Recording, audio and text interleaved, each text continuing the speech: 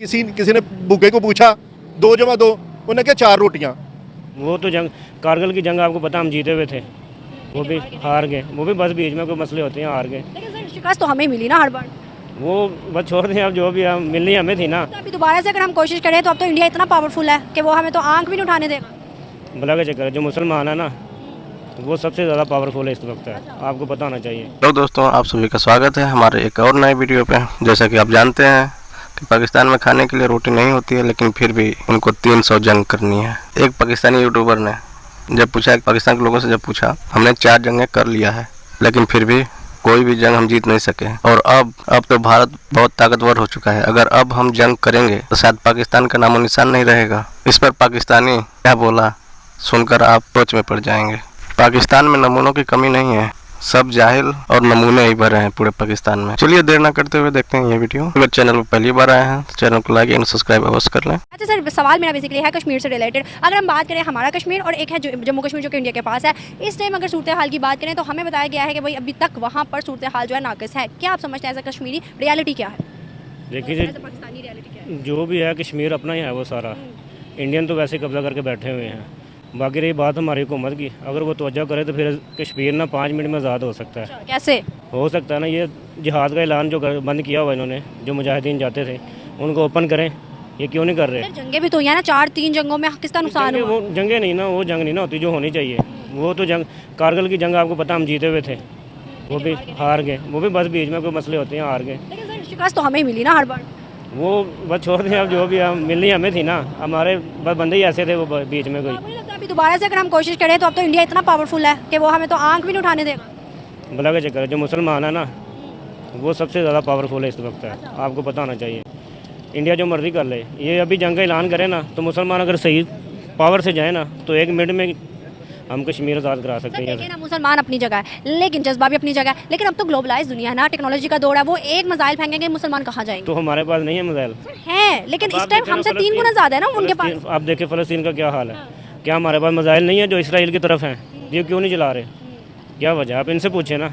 Sir सोचने वाली बात है ना, हम कश्मीर का नाम ले रहे हैं, मुसलमान तो उधर भी मारे हैं। तो जाहिर बात है, अगर हमारी हुकूमत या ये सब जो जमातें ये इकट्ठी नहीं होंगी, इन सबको तो अपनी पड़ी हुई है, कुर्सी की पड़ी हुई है सबको। लेकिन अगर हम देखें तो हमने फ़लस्तीन के लिए कुछ नहीं किया, कश्मीर के लिए भी तक कुछ नहीं कर सके। लेकिन देखा जाए तो जहाँ पर यूक्रेन के अंदर हिंदू इंडियन बच्चे जो थे और पाकिस्तानी बच्चे थे फंसे हुए थे, इंडिया ने उसे निकलवाए। फिर उसके बाद जो जिनको फांसी होने लगी थी ईरान के अंदर, उनको भी छुड़वाया। तो भाई इंडिया तो अपने लोगों के लिए कर रहा है, वो जहाँ पर फंसते हैं वहाँ से निकाल के लाता है। वो लोग एक है ना, हिंदू जो है ना, हिंदू सिख हो गया, ये ईसाई हो गए, ये सब एक मिले हुए हैं इस वक्त। जो हम लोग हैं ना, वो हम एक नहीं है, इस वजह से हम पीछे रह गए हैं। गलती तो हमारी है ना इसमें। हिंदू तो कुछ नहीं कर सकता, वो अब अपने अपने कोलोफिल का पक्का है, हम उसके भी पक्के नहीं रहे ना।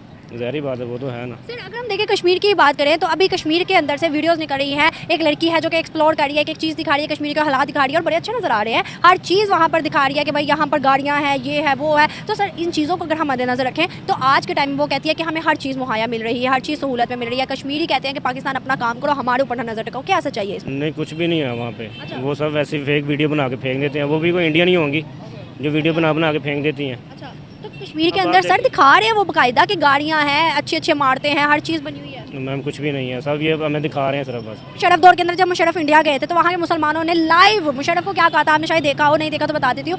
जब मुशर्रफ ने कहा कि मुसलमानों आपके कैसे हालात है, क्या है, तो उन्होंने कोई बात की तो आगे से मुसलमान घुट के कहता है कि मुझे बताएं पाकिस्तान के अंदर हमसे थोड़े मुसलमान हैं, उनके हालात आप लोगों ने क्या बनाया है जो आप हम पे आवाज़ उठा रहे हैं। फिर उन्होंने लाइव ये बात कही कि हमारे ऊपर नजर ना टिकाए, अपने जाके मुसलमानों को ठीक करें, हम यहाँ पर सही है। मुशर्रफ दौर की बात है। अब तो फिर बहुत बहुत ज़्यादा जदीद दौर आ गया। मुशर्रफ दौर में जो इंडियन मुसलमान थे ना, उसके बाद उन पर जो जुल्म हुए ना, तो वो तो उन्हें पता है ना। मुशर्रफ दौर में हो सकता ना हो, या उन्हें दुबा लिया हो हुकूमत ने, क्योंकि वहाँ की हुकूमत तो हिंदू है ना सारी, मुसलमान तो इतने नहीं है हुकूमत में। अगर हैं भी तो 2-4 जमातें होंगी ज़्यादातर। यहाँ पर इवन के बाजार भाड़े बड़े हैं और बाज़ारों के अंदर जो लोग आ जा रहे हैं वो भी अपनी अपनी गाड़ियों में मोस्टली आ रहे हैं। मतलब कितनी अच्छी वहाँ पे ज़िंदगी गुजार रहे हैं। सर यहाँ के अगर कश्मीर की बात करें तो यहाँ पर तो आटे की शॉर्टेज हुई पड़ी है, आटा नहीं मिल रहा, तो गाड़ी तो बड़ी दूर की बात है। हर चीज़ में यहाँ पर लैक है, लेकिन फिर भी हमें कश्मीर चाहिए। तो क्या सूरत हाल होंगी और क्या इंडिया कहेगा इस पर? क्या हमारा मजाक इंटरनेशनली नहीं बनाया जाएगा जब हम ये बातें बोलेंगे? सबसे पहले तो जो हमारे हाथ के अंदर ही जो इलाके हैं, हमें चाहिए कि उनके अंदर ही इतनी पोलराइजेशन है, वहाँ पर एक दूसरे के अंदर लड़ाई झगड़े हैं, वहाँ पर मईशत सही नहीं, आटा नहीं मिल रहा, बुनियादी ज़रूरियात नहीं मिल रही, तो और क्या कहते हैं, इनकी बेहतरी के लिए अब गरीब तरीन मुल्क हो चुका है, खाने के लिए लोगों के पास खुराक नहीं है, बुनियादी ज़रूरियात नहीं है, तो फिर जो है ये हमारे बड़ों को चाहिए कि इस मुल्क पर रहम करें।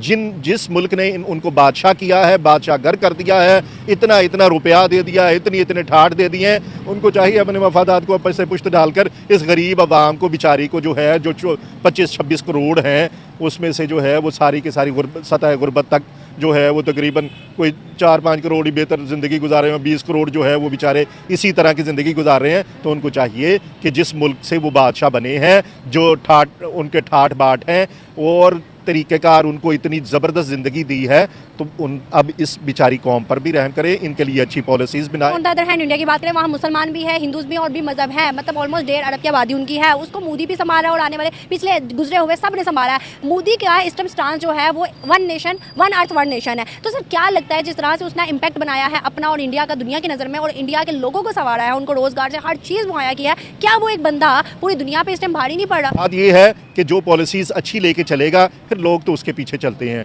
लोगों को पॉलिटिकली स्टेबिलिटी मिलेगी, मुआशी स्टेबिलिटी मिलेगी, उनको तालीम मिलेगी, उनको रोज़गार मिलेगा, उनके बच्चों को अच्छा मुस्तकबिल मिलेगा।